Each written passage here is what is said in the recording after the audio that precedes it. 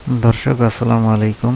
আসলে সংসারে যদি একে অপরের প্রতি বোঝাপড়া এবং সহানুভূতি না থাকে, একজন আরেকজনের কষ্টটা যদি বুঝতে না পারে, তাহলে সেই সংসারে যতই ঐশ্বর্য থাক না কেন, যতই অর্থবিত্ত থাক না কেন, মনের দিক থেকে কখনো শান্তি পাওয়া যায় না।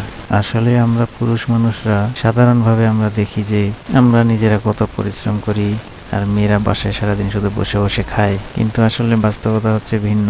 আমার কাছে মনে হয় যে একজন পুরুষের তুলনায় একজন নারী দ্বিগুণ কাজ বেশি করে। হয়তো শক্তি সামর্থ্যের কাজ বা পরিশ্রমের কাজের দিক দিয়ে পুরুষ হয়তো একটু এগিয়ে থাকবে, কিন্তু এটা তো স্বাভাবিক। পুরুষ মানুষকে আল্লাহ সৃষ্টি করেছেন সেভাবে। কিন্তু একজন নারী যখন আপনার জন্য রান্না বান্না করে, সেই কাক ডাকা ভোরে, পাখি ডাকা ভোরের আগেও তারা ঘুম থেকে উঠে আপনার জন্য খাবার বানায়, আপনার কাপড় চোপড় ধোয়। কাপড় চোপড় ধোয়া যে কতটা পরিশ্রমের, ছেলেরা সেটা যদি নিজে না ধোয় তাহলে তো সে সেটা বুঝতে পারবে না। তারপরে আপনার সন্তানদেরকে দেখাশোনা করে, তাদের খাওয়ায়, পড়ায়, তাদেরকে স্কুলে নিয়ে যায়, আপনার সংসার সামলায় এবং আপনারও সেবা করে।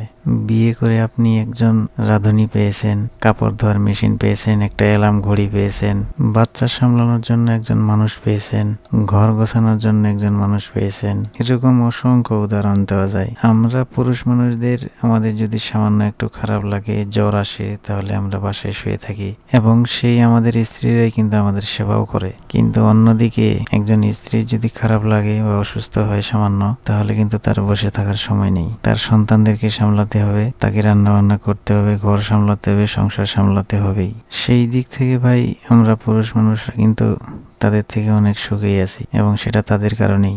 ব্যাচেলার থাকা অবস্থায় আপনার ঘরটা কি এলোমেলোই ছিল, তাই না?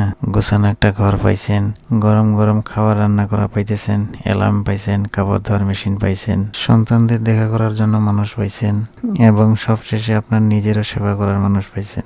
যদিও এগুলোর মধ্যে কোনো কিছুই করতে সে বাধ্য নয়, তার ইচ্ছায় সেগুলো করতেছে।